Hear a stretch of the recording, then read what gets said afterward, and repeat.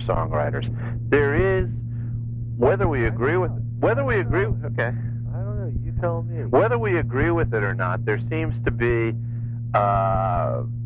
and we started out talking about it, there seems to be this dialectic between singer-songwriters and so-called traditionalists, and I'm trying to understand why one demonizes the other at the furthest extreme. I'm not saying that's what always happens. But education.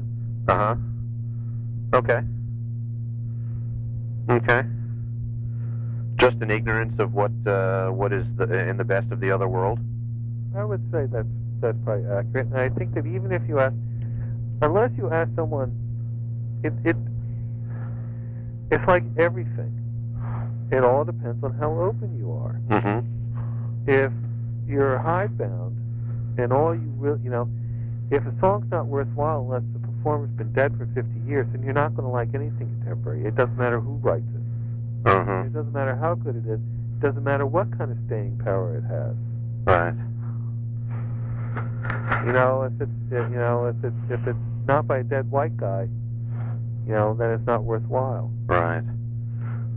Now, but on the other hand, there are those who are contemporary musicians, some of the singer-songwriters who think the traditional stuff's not relevant. Why do you want to sing something dead? right. Why do you want to sing about something that you haven't experienced? Mm-hmm. Why don't you sing about something that you're feeling today? Mm-hmm.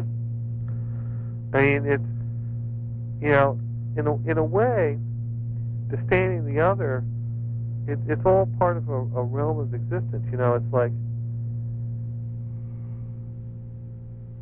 well, why not do that? What's wrong with that? Right. Why can't they express themselves? If that's how they want to express themselves, then I guess that's what they want to do. Sure. But the thing is, yes, there are people who don't have a lot of good to say about singer-songwriters, but then there are those who don't have a lot of good to say about bluegrass, and there are those who don't have anything good to say about string band music. He said, well, why? How could you play the same tune for 25 minutes? Okay, or as I've heard, you only need one of those records, and then you're done. How could you stand to listen to bagpipes? Yeah. How could you stand to listen to a group that doesn't even have instruments? Right. How could you stand to listen to something that's in a foreign language?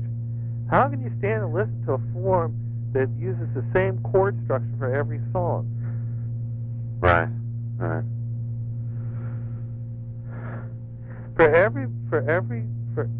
Well, think of it this way. Here's the thing about most people who are interested in folk material one way or another. Mm-hmm. What they seem to be, at least the ones at the Folk Alliance, more so than anything else, they're passionate about something. That's a good thing. Yeah. Passion is a good thing. And that they tend to be passionate. Whether they're passionate for or passionate against, in some ways, is irrelevant. The fact that at least they care and they have opinions about something. Maybe they don't think it's good, or maybe they think something else is good. Right. Generally, everybody who's disdain of something also promotes something else. Mm-hmm. It's not totally, it's not totally one way. And it's partially to in defense of their own world. I think a big part of it is building communities. It's a way that you can help build a community. It's granted, it's divisive. It's just as divisive as black and white race relations, or rich or poor, or Catholic, Protestant, or name your way you want to divide. In economics, or social groupings, or ethnicity. Right. It's your way of identifying your community in the folk world. It just parallels the bigger world at large. And it's certainly the way that one is taught in the United States to make this stratification. Right. That's an interesting, for a group that is overtly interested in multiculturalism, it's tremendously Anglo. How about that? Yeah. Now, has there been... But once again, you're treating the group monolithically. Okay. The organization is interested in promoting multiculturalism. Right. I'd say it's how to describe this, how to say this. I know that the boards have been concerned over the years about lack of success in that direction. Okay. There is the argument of, well, if other ethnicities don't want to come to the conference, don't make them. Why should they come to the conference? Mm-hmm. Just because we want them to come to the conference doesn't mean they want to come to the conference. Sure. So there's a question of, well, what would make it more attractive for them to come? Why should they come? What's in it for them? Right, or why don't they want to come? Another way of saying the same thing. Has there been any efforts to answer those questions? Right. Why don't they want to come? I think if there's some work on that line, you should ask Phyllis. Okay. Okay. I think there's actually been work along the lines about why don't they want to come. And this is an old issue. I want to explore it with the Weissmans, but in the notes Phyllis gave me from the very first conference, someone... No, it's older than that. Yeah, okay. Yeah, I mean... Older than that. It goes back into the Freedom Singers and everything else, It's been around for a long time. Sure, yeah. I think... well, but the first conference, I was going to say, just talking in terms of the Folk Alliance, the first conference, there was a reference, unexplained, to the fact that certain ethnic groups in the Los Angeles area, or maybe nationally considered, but were invited and chose not to come. Right. And I don't know why that happened, but I do want to find out. I don't know the answers to that. Yeah. Have you encountered, and I couldn't answer this question one way or the other because I don't talk about politics at conferences, but you've been around more. Have you encountered all sorts of disparate places on the political spectrum among the membership? If you ever, does the Folk Alliance have raving right-wingers in it? I'm sure there must be some. Okay, but is it something that you know anything about at all in terms of have you? No, not explicitly. I would say that in general they tend to be much of the more liberal bent. Okay. Have any sense of why that's so? Since we have touched on folks' political allure or political role. No, it's actually a really good question. I'll let you go. Let's just finish these. Let me put it a different way. Okay. How come conservative Christians haven't totally embraced folk music as their own? It is a real good question because it embraces the values of family and community and tradition and the things we spoke about earlier. More than that, look at the material. Look at the traditional material. Look at the blues material. Look at the stuff from the 20s. Look at the Carter family material. Look at the stuff. The fact is, the Appalachian stuff are conservative Christian communities, and they're the ones that the folk music came out of. Right. Why don't the conservative Christians take it back? Yeah, I don't know. They could kill folk music once and for all. No, I mean actually, in all seriously, like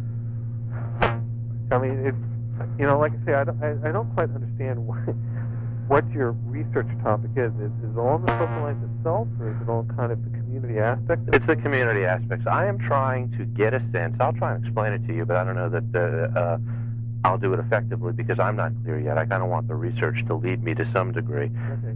We are filled, America is filled with a great many groups composed of people who feel an affinity toward the idea of the traditional and the idea of the folk, which is some sort of construct. But the Folk Alliance contains many of those people.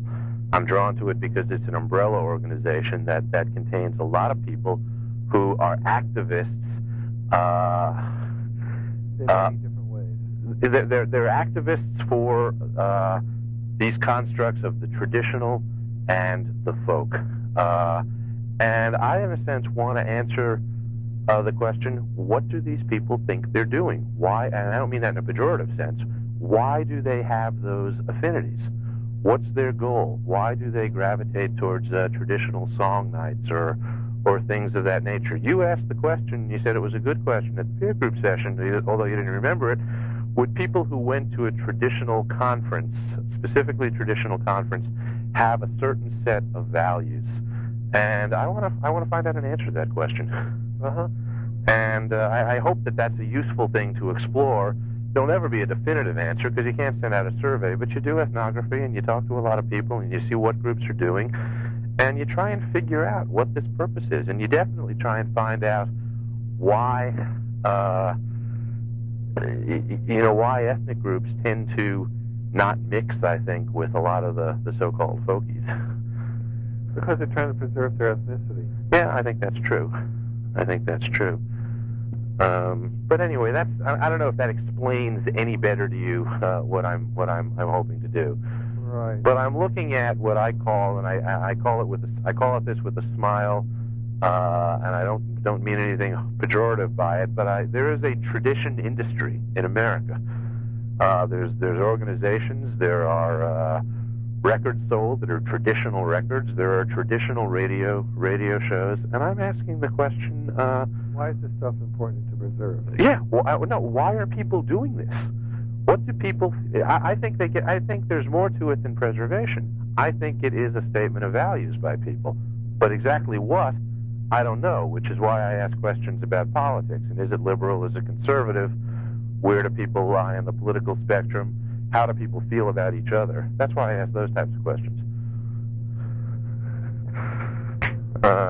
What I'm not sure is, hearing that my answer is, I'm not sure there's a monolithic group of people that it's just one of those things like why some people like butter pecan. Right.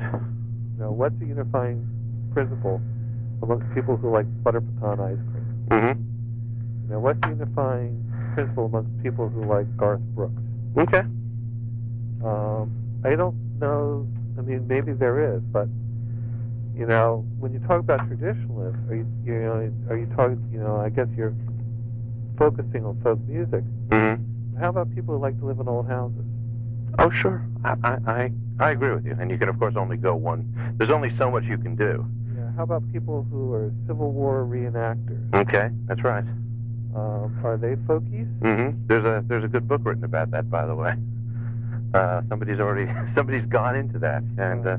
Well, it turns out it's pretty interesting too, because there's the whole split between the button pissers and the Barbies. Did you read Tony Horowitz's book? No. I think okay.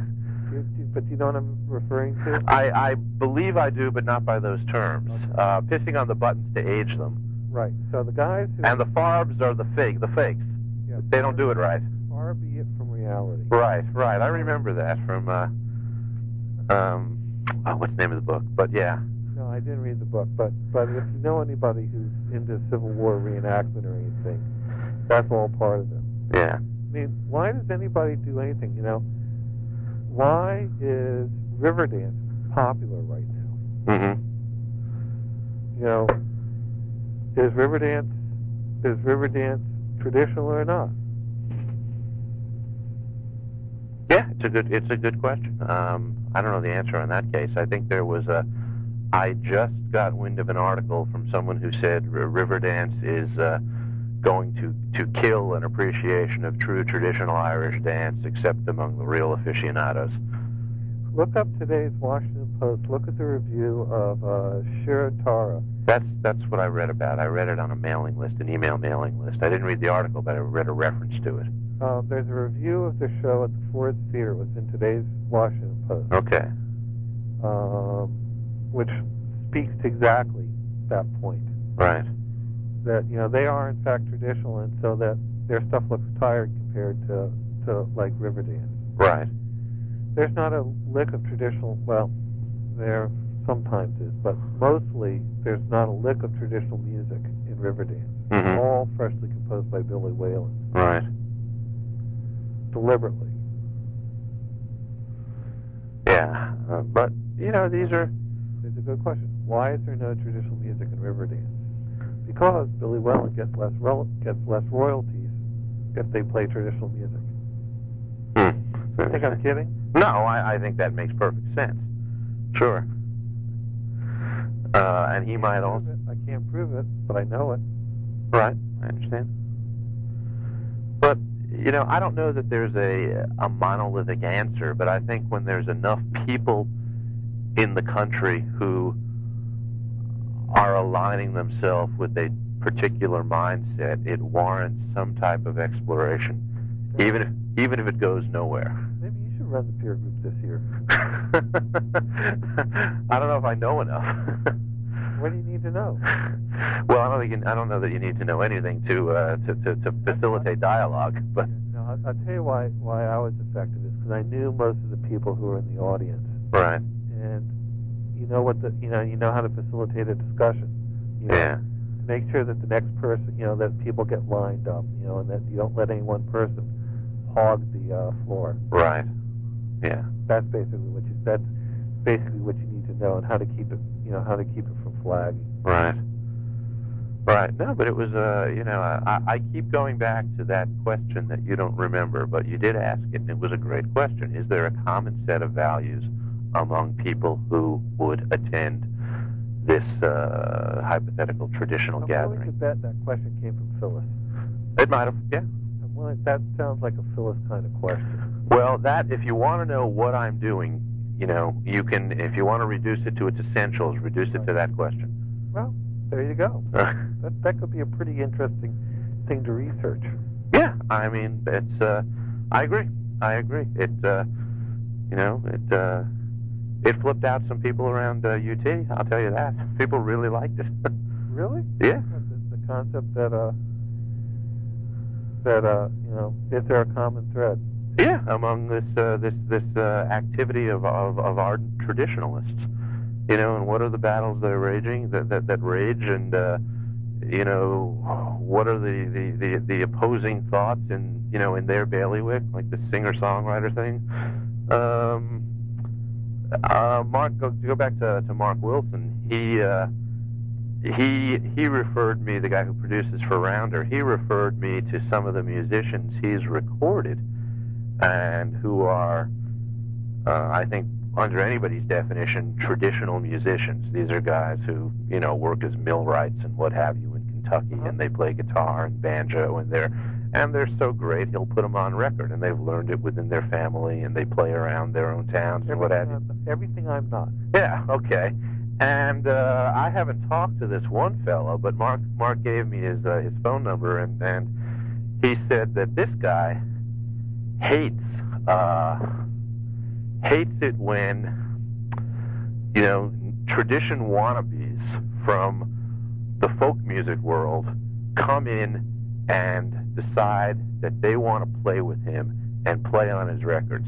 They just irk the shit out of him, and he calls them all generically hippies, no matter what they are. I can believe that. No. Yeah. And why would they get to play on his records? I'm not sure why. I didn't go. Mark told me to talk to the guy. They go deeply, and they certainly don't play on the records that Mark produces. And Mark has produced records by this particular fellow, who's his name Roger Cooper, banjo player. Uh-huh. And I wouldn't blame him for being irked. Yeah, he says they don't do it right. They try to do things that are cool things in the showbiz worlds, again, to use Roger's concepts, that they come from. They want to take solos that are, in the wrong place or overshadow somebody else, or they want to show a certain type of dexterity that is more flash than finesse. Well, the bottom line is that these individuals don't understand the tradition. Mm-hmm. Yeah. They aren't playing in the tradition. Yeah. And obviously Roger wants to play in his tradition. Sure. Hey, talk to the Coppers. Their songs haven't changed for 200 years. Right. And that's, of course, an interesting question right there. When you raise that question of haven't changed in 200 years, whenever you're talking about tradition, you're really talking simply about freezing something at a certain point in time, because all these people have influences from somewhere. It's just at some point you say, here it's traditional, and after that we start getting in wrong influences, and that's what people, I think, object to when they talk about, tradition Nazis or what have you, which I've heard about. Well, why can't we change it? Why can't we do this? It was all change anyway. It was all influences, and they're gnashing their teeth over nonsense. They just want to say that it's traditional if you play it like they learned it, and if you don't, it's not traditional. But that's bullshit. And there's value. That's a valid approach too. It is. So anyway, it's a lot to hash out. I don't know that I'm going to come to any particularly grand conclusions, but It's got an interesting topic, and it's one that has a number of that has a bunch of controversy, or at least a lot of opinions about it, which is probably a lot more than most topics. Oh, in academia, the goal in finding a dissertation topic is to find the narrowest little thing you can write upon, because nobody else has been there. But I've been in business for years. I'm 45 years old. What I want to do is write a big book.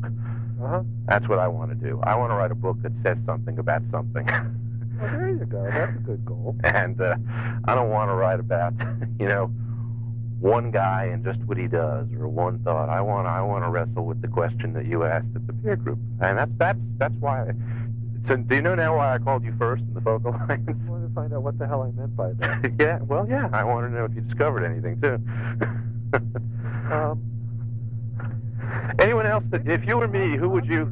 Oddly enough, I may actually be the other way. That I may actually think there's less behind that. Is there something common? Mm-hmm. I don't know. Certainly an appreciation. Yeah. That there's an appreciation for history and for the way things were, the way things are. In one way or another. Right. Let me ask you, if you had to pick, I don't know, whatever number is important to you, 3 people or 6 people, who I should talk to, who would they be? Or one person, whatever. Who are the top names that you come up with? And now that we've discussed a little bit about what I'm doing, Phyllis. Okay. Jeff Davis. Mm-hmm. Mark Moss. Okay.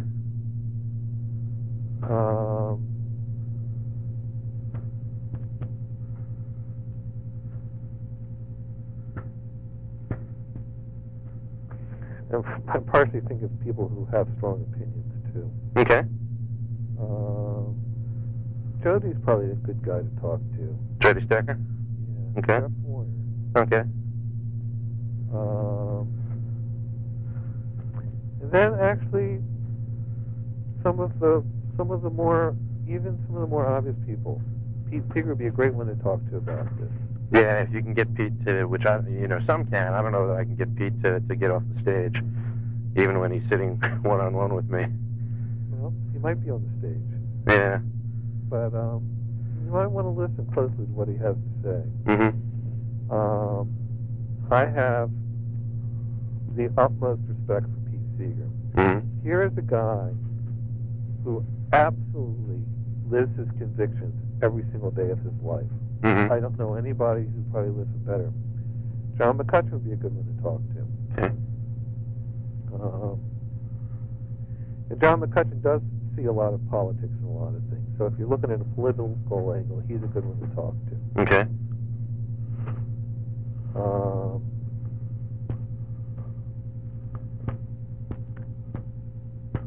So, part of it is, I assume you're planning to come to Cleveland, right? Yeah, I am. Mm-hmm. Troll around. Right. It looks interesting. Yeah. Ask everybody when you sit down at a table, ask anybody at the table.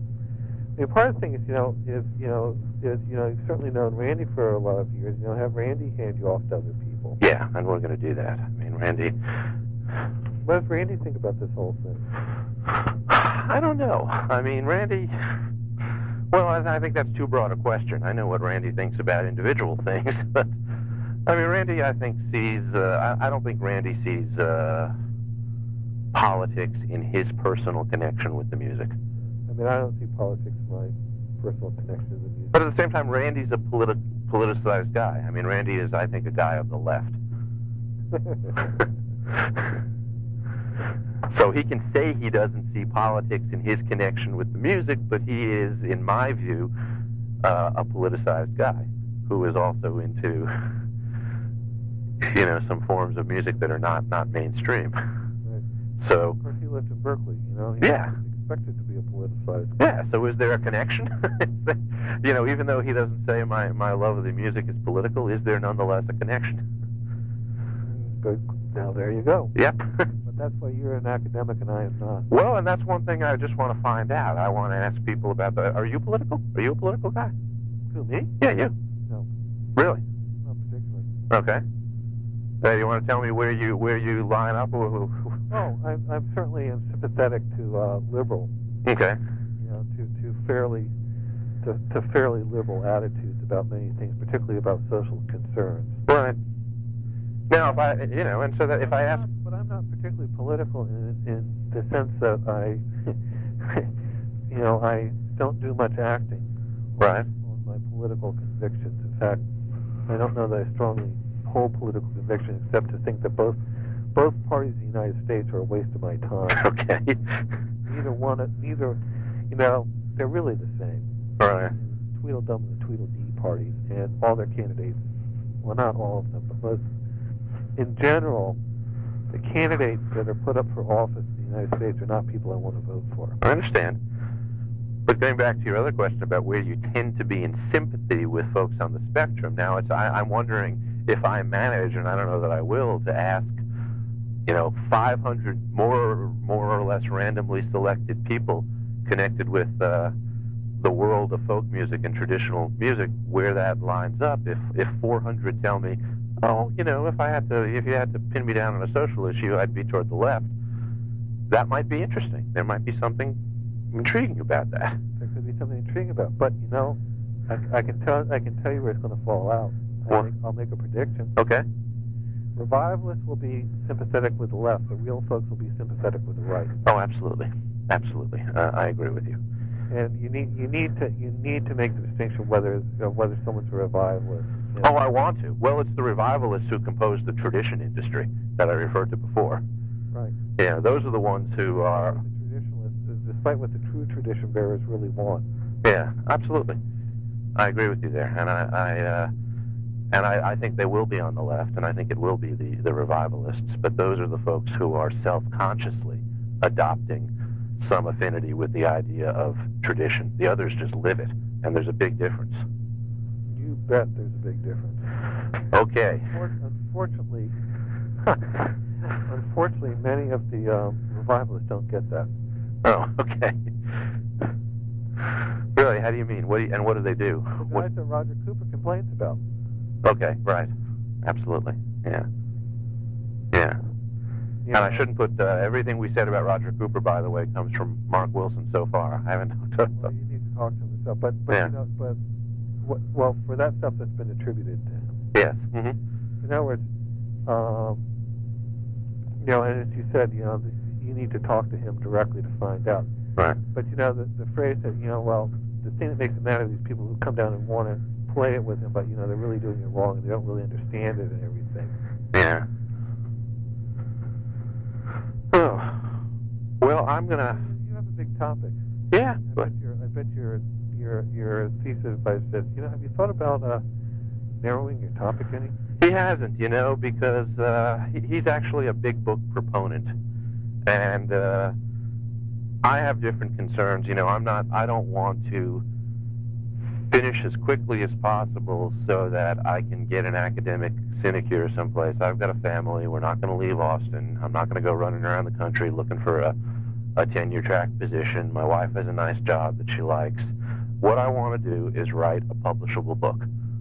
I want to write a book. This is a very different goal. Yeah, that's my goal. That is what I've devoted the next few years of my life to doing. My wife is in sympathy with it. She kind of likes the idea.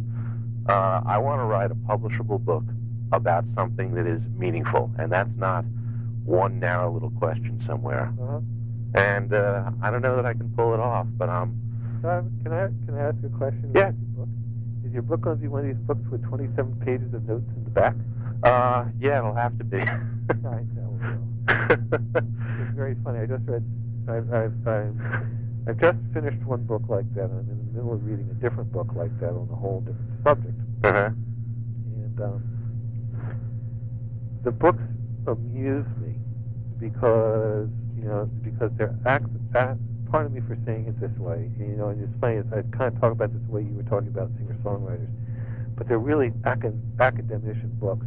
And then in some ways, I think they miss the point of this one book, I'm afraid they missed the point of what they were talking about a little bit because they were so busy being academic. Right. Well, I think that's a danger. And the only thing I can say to that I do want to try and avoid it and write popularly, but and the only thing I'm hanging on to is that I'm not seeking an academic career. And I do want to amend my answer. My dissertation, which I do want to do because I want the PhD, having gone this far in the program, I've taken classes and exams and all that. My dissertation has to have 27 pages of notes in the back. Right. But if I get it accepted by a publisher who says we like this a lot, I would be very willing to work with them to mold it into something that is a more popular read and lose the notes. That's good to hear. Yeah, absolutely. I want a book that people want to read. Right. Yeah, and I don't care about publishing a book that has those notes. Right. Because it's interesting, because the one of the books I read actually could have been a very interesting, popular book, and I'm sure that the writing style will prevent most people from finishing it. Damn, it practically prevented me from starting it. Yeah, no, I don't. It's one of these classic things where every chapter starts out by saying what they're going to say in the chapter, then they say it, and then they tell you what they said in the chapter. Oh, you don't need to do that. That's like a. Just like a dissertation. Yeah, I don't. I'm not. I'm actually not worried about myself doing that. The best advice that I got was in my first semester in grad school a few years ago, and Bill Stott, who's in the American Studies and English departments at UT, said, you want to write a dissertation that reads kind of like an Atlantic Monthly or a New Yorker article, something that is written for a popular but educated audience. There you go. What a good idea. Yeah, and that came from the department. And they're in tremendous sympathy with that. And actually, even university presses are going in that direction because they can't sell the damn things, and everything's getting more expensive to put out. Right. And they really, they know that they need to sell some of these books. They're having a terrible time. There's a glut of manuscripts that are descending upon them. Everybody wants them published because they need them published to get tenure. And the presses are just saying, "My God, give us something. Give us something people are going to want to buy." Right. But again, my goal is not to get an academic job. My goal is to write a book and be an author. That's what I want to do. I want to write a book about what I find really interesting, which is this. So. Well, that's good. Good for you. And anyway, you're welcome to give me a call back. I certainly don't consider myself an expert on this stuff. Okay. I just am someone. From my point of view, I'm just somebody who does it. Right. But and I hold certain opinions, as many people do. Yeah. Do I hold my opinions stronger than others? I don't know. Right. Maybe I do. But I'm not a big one for philosophizing about a lot of stuff. I just do it. Well, that's okay. That's I don't know. That's kind of part of it. I bet a lot of people just do it. Right. I think the philosophers can be overly self-conscious about what they're telling you and what they want to tell you, and you lose their, their real instincts or something. Well, perhaps. Anyway, if you don't mind, I think I would like to go on. Yeah, no, I think it's time. I think we've kind of gone into have your 5-cent MCR. Kind of talking about the book per se. We're kind of run out of the substance. So I appreciate this a lot. Make a point of coming and introducing yourself. Oh, I will. In Cleveland. Absolutely. I'll certainly be there. Okay. And we would go go drink a beer and talk about this stuff some more. I should. By that time, I hope I will have talked to a lot of people, so I'll be able to fill you up with what we've concluded here. Okay. All right, good. Charlie, thank you. Righto. All right, bye-bye. Bye.